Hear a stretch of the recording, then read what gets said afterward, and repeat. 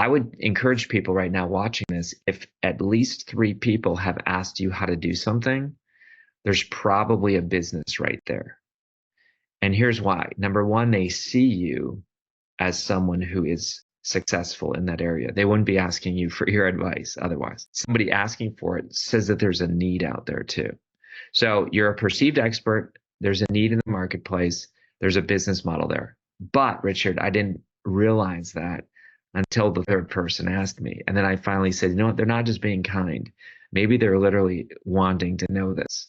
So in 2014, I had about 50 people that had kind of come along and started following how I was doing this and saying, how is this interesting?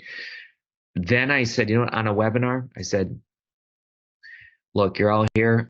What if I create this model for you and teach you how to do everything?